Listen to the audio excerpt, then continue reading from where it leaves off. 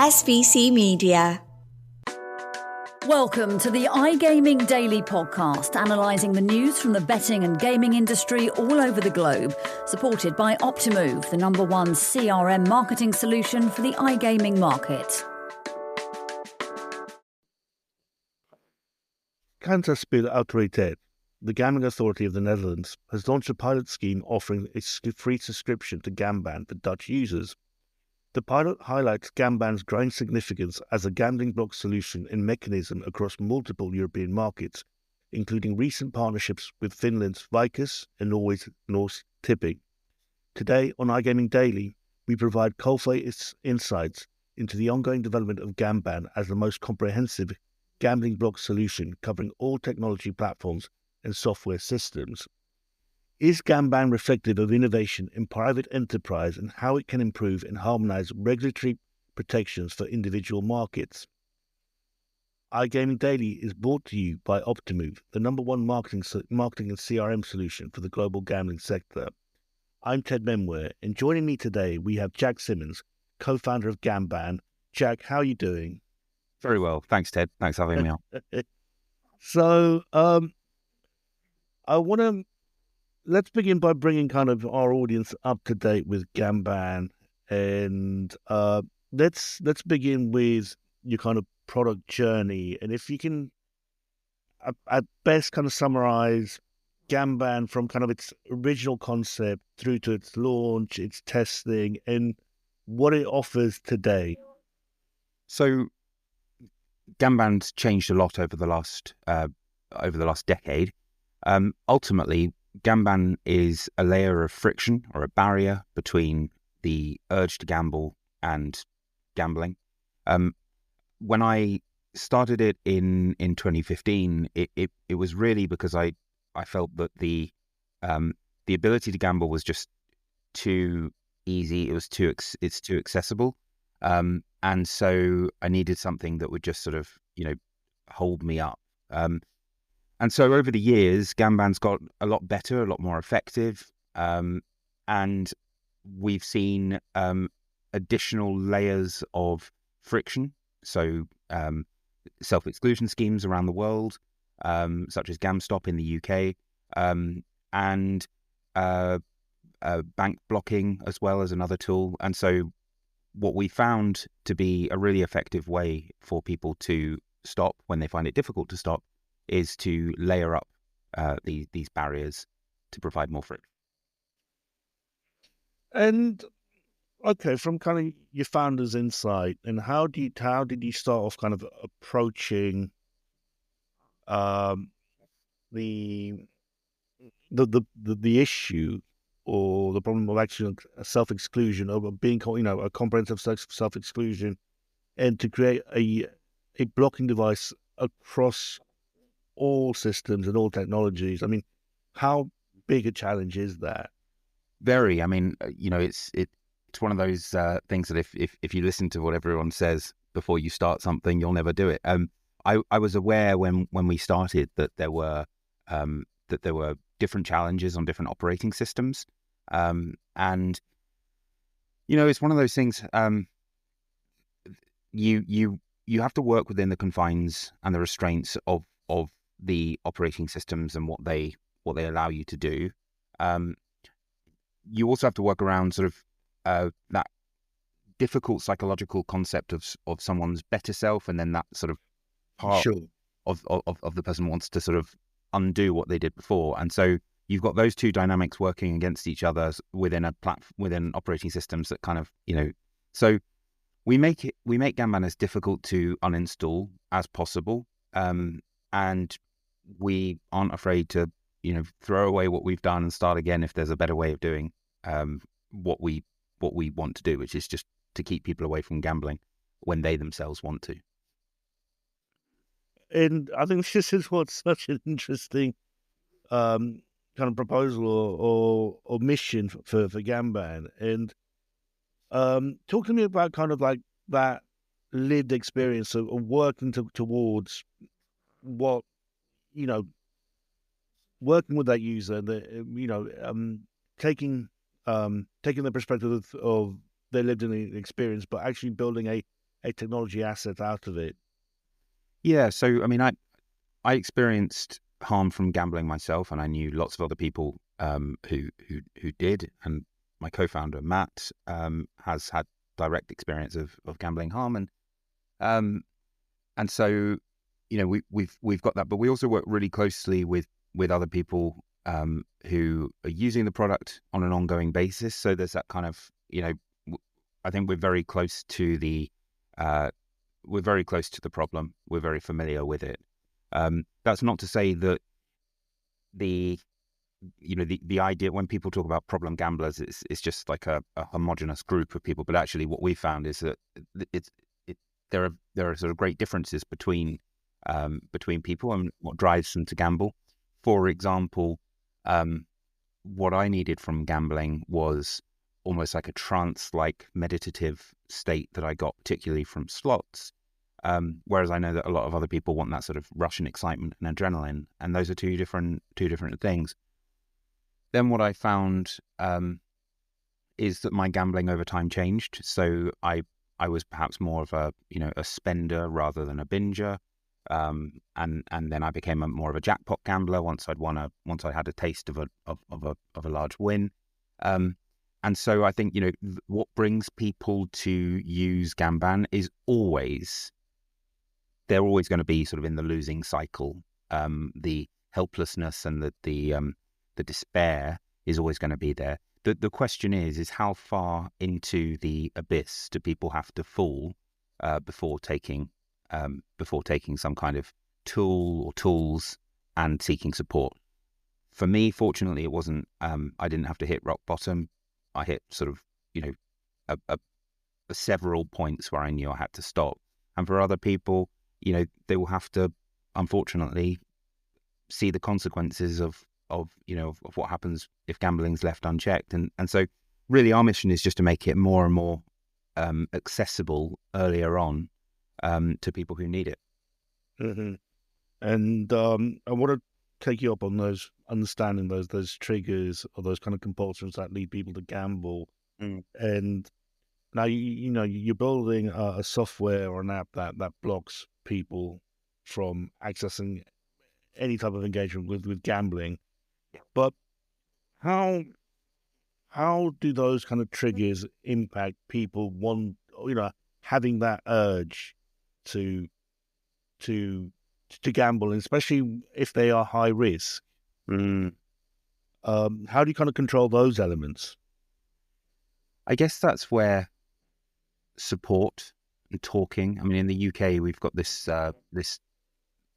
joined up approach called Talk Ban Stop, and the idea is that you put these kind of blocks in place, and they'll hold you. They're kind of like I don't want to say like putting a plaster over a wound, because it's slightly more than that, but it's about creating space and then using that space to either seek help, seek some form of treatment, or perhaps look at things that can fill the void that gambling has left, which is no easy feat.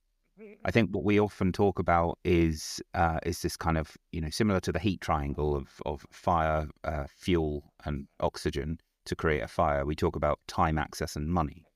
So, in the case of gambling, often money will be depleted, and often we can handle access with self-exclusion schemes and the blocking software. So really it's a case of how do you fill that time? And that is such an important piece. I don't have the answers to that. I think there are some interesting approaches that can be taken to time. But how do you fill the void that gambling leaves? It's such a exciting, powerful feeling when you're.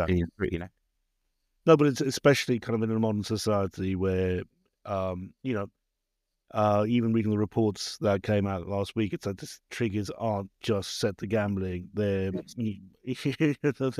in online games, they're in online environments, they're even in kind of an online shopping where we kind of see more kind of gamified models. Yes. It's actually how do you control, how I think this is what makes Gamban very interesting, because it's actually such a kind of in the moment and reactive app to how people are living. Absolutely. Yeah. On that point, we have found that, despite regulatory definitions of what constitutes gambling, we found that this convergence of gaming, of highly leveraged trading, of cryptocurrencies, things like this that are kind of, we're in a bit of a Wild West situation in terms of who regulates what and what is gambling, and it's difficult to sort of pinpoint what those kind of, I suppose, like how powerful the stimulus is and how much it's got in common with gambling. So what we do on Gamban, and it's a bit of a double-edged sword. We do block crypto and we do block leveraged trading, and we block apps that allow you to gamble with skins as a form of currency, so in-app items. I wouldn't say that this is a major sort of part of the sort of the products that are highly stimulating for us. I mean, it is slots. 75% of people using Gamban it's driven by slots and casino, with about 25% on sports betting. The rest of the stuff, I would say it's probably because it's been difficult to communicate the fact that we do block this additional stuff, and that people are still experiencing harm, or some people are experiencing harm. But yeah, so many things now. I've got a real thing around Deliveroo, Just Eat, and all these. I had to move house. I moved house. I moved somewhere where there is nothing really, takeaway wise, and that for me is a sort of an element of friction in stopping a problem. But previously, I was living in a city, and my God, my phone was directly linked to my diet. And I started Gamban with the philosophy that with great power comes great responsibility. You've got this thing in your hands that can do so many different convenient tasks, but also can do a lot of damage. And so I just wanted to be able to continue using the tech I loved and that I needed without having to make even greater sacrifices. So I want to bring you back to kind of the development of Gamban and your view as a stakeholder in kind of the intervention and gambling here. But when you look at current self-exclusion schemes, whether it be in the UK or Spain and other countries, what are kind of the blind sides in these systems that are forced onto the customer or forced onto the market? So ultimately, I mean, I think self-exclusion schemes are an absolutely essential part of the mix. One of the inherent problems with self-exclusion schemes is they require opt-in from the regulated sector. And, one of the blind spots is the black market. Now, that is something that can be, if you like, protected by other barriers, so bank blocking, if that's available in any jurisdiction, and blocking software like Gamban. I think different self-exclusion schemes operate, as I understand, slightly differently. I'm not an expert on exactly how they work, but in terms of matching people up and making sure that it's a direct match, I think it's since 2018 when GamStop launched in the UK, what I found from others who were using different layers of blocks and barriers in their self-exclusion, what I found was, if you're determined enough, you'll find a way to circumvent.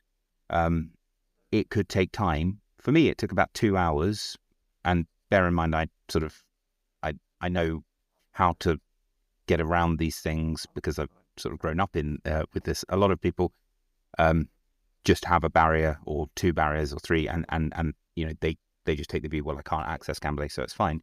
But by the time I was able to gamble, I was on dodgy platforms, not regulated.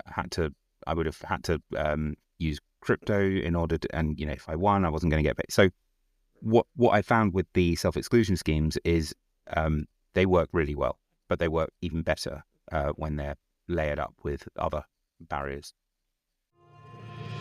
SBC Leaders connects the gambling industry's top-tier operators and associations to share the best ideas, collaborate on solving the biggest issues, and push innovation throughout the betting and gaming industry.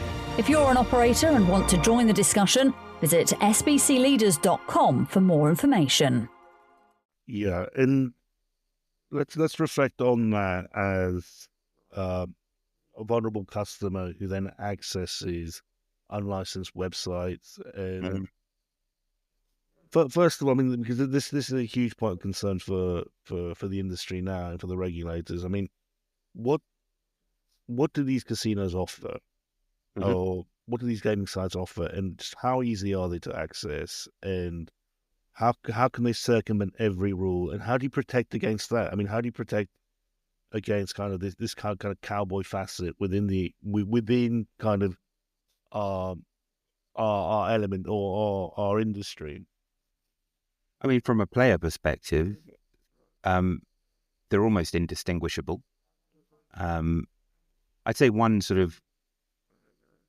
area that may be a bit of a sign is, because no one really looks at the footer to see where the site is regulated, but often the quality of the games. So if you're playing slots, you'll find sort of more generic fairy tale type titles, whereas if you're playing on regulated platforms, seemingly, and this might just be a coincidence from what I've seen, but you tend to see some of the like the, I don't know what they call them, the A-rated, the sort of Marvel DC kind of licensed games.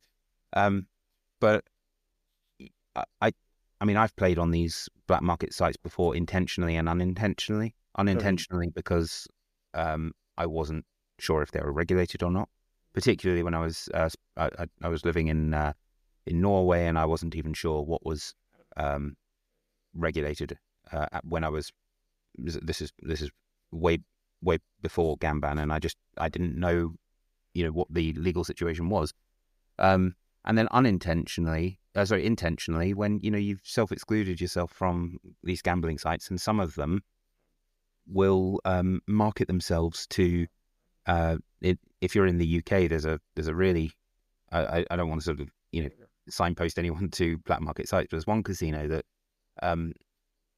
its mascot is a British bulldog wearing a Union Jack vest.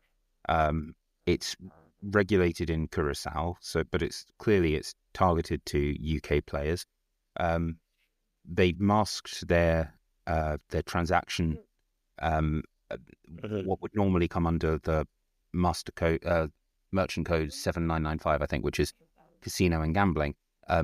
It's sort of listed as a marketing services company, and so those are two different ways that you would bypass. I mean, I just plucked that out the air, but that site would be quite an easy site to abscond to if you're not able to play on a regulated platform, and if you're signed up to a self-exclusion scheme, and you've managed to bypass blocking software. So unfortunately there are still gaps in the net, so to speak. Yeah.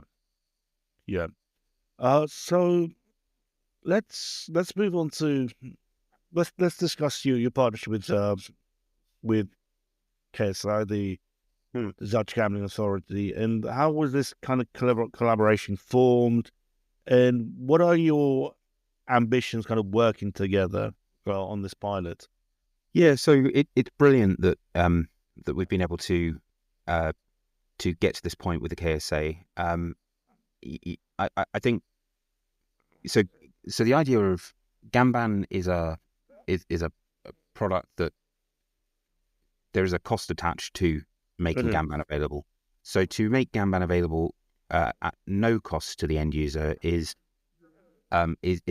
brilliant. It's exactly what we want to be doing, and we do this now not just in the Netherlands but also in Ohio with Timeout Ohio, with Finland with Veikkaus, with in the UK as a funded project in collaboration with GambleAware, GamCare, and GamStop. and in other jurisdictions as well. So we're really keen on working with regulators, governments, monopolies, top level organizations that want to protect populations at large.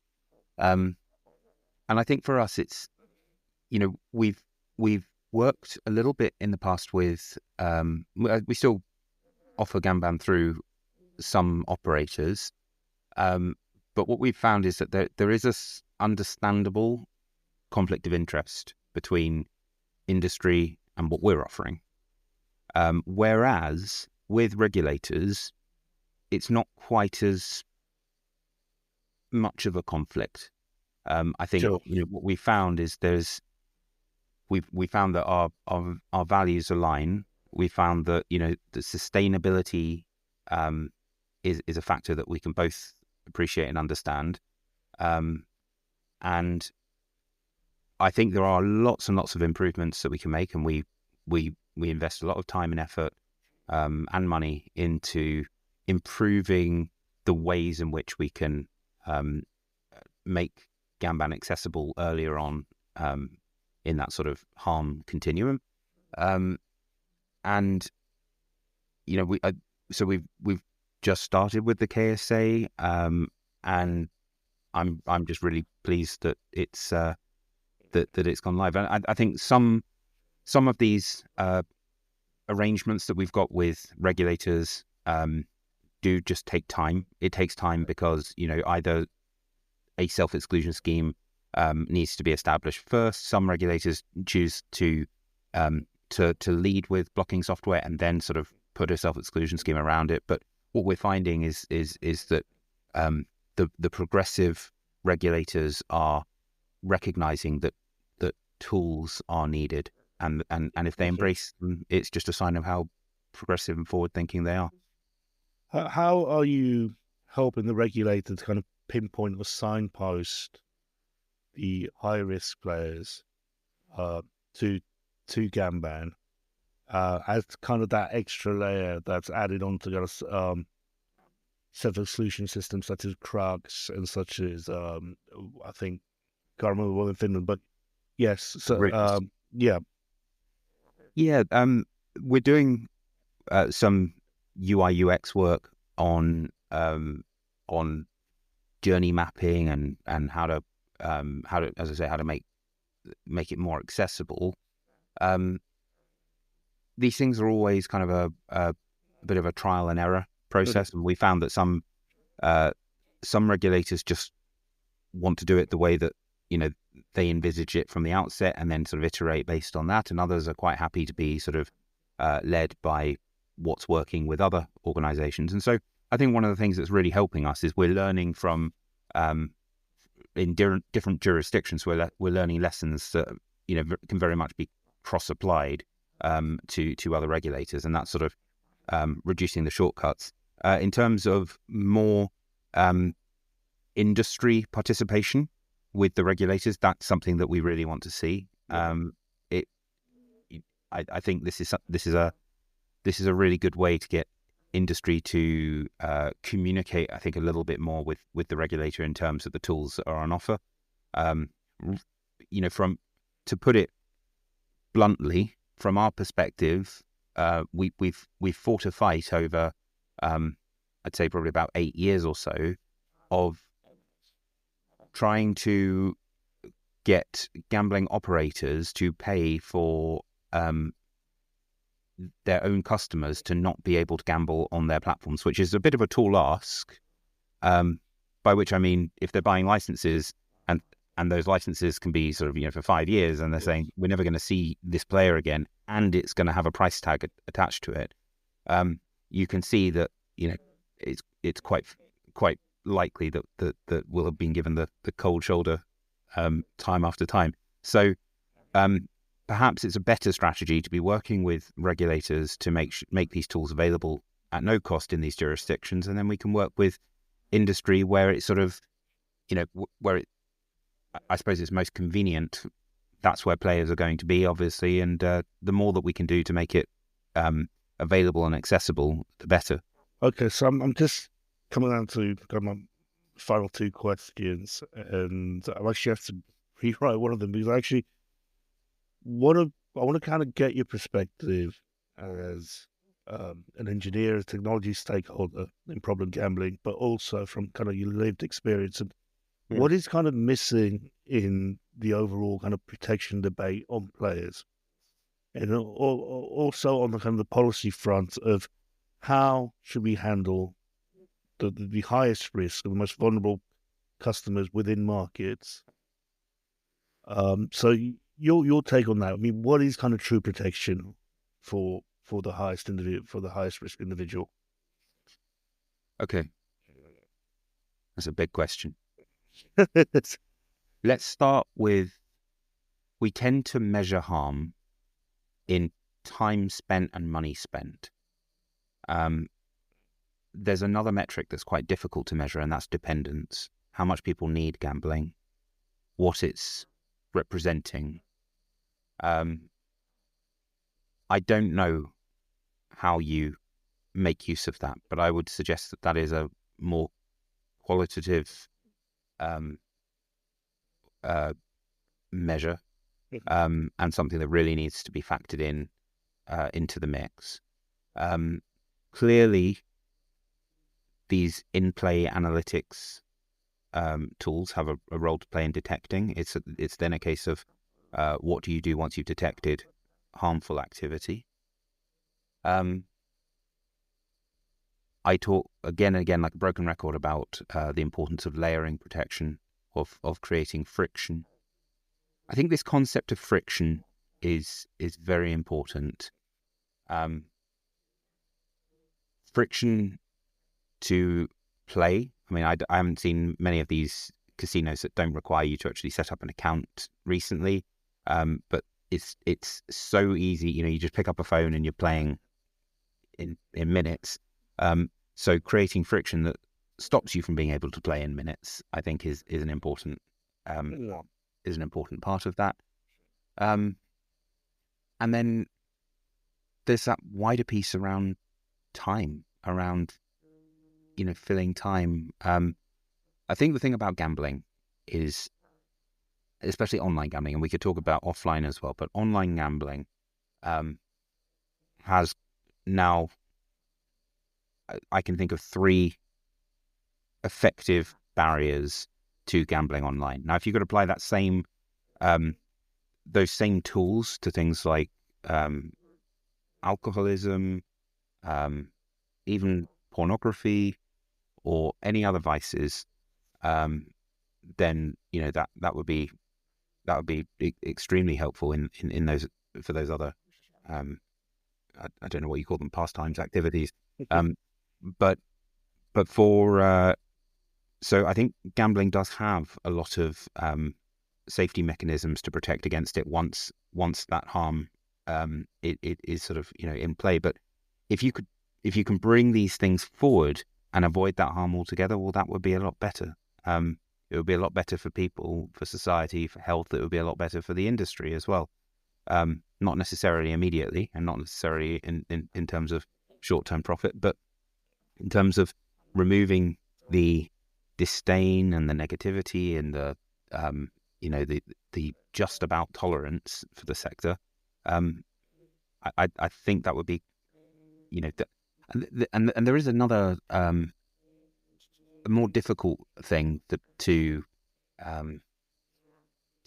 tackle. I don't know how you tackle this either, but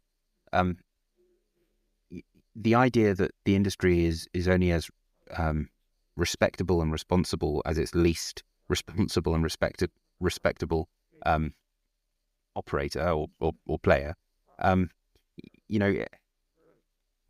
I see operators, affiliates rather, trying to entice people who have self-excluded by targeting self-excluded customers. Casinos not on Gamban, casinos not with GamStop. There's a lot of barrel scraping. The moral low ground is quite crowded in this space. Absolutely, yeah. And I know that it's a profitable thing. I understand this from 2 degrees, I believe, of separation to these affiliates. I understand that, they're they're making money out of it, but they're also getting validated by acquiring organizations, larger operators and affiliates, validating that kind of activity and sanctioning it by buying them, swallowing them up. And I'd like to see a bit more responsibility taken in the sector. There's a lot of short-termism. Maybe that's also a sign of the times in terms of lots of regulatory change, but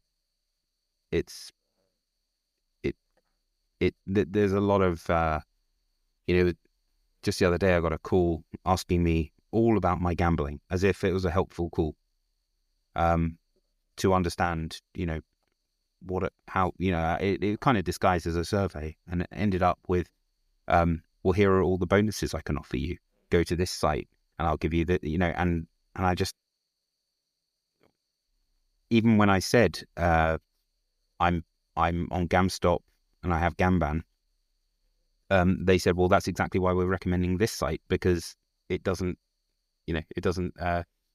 it's not regulated in the UK, and that was pitched as a benefit. So, yeah, I mean, it just shows we got such a long road to go to progress on. And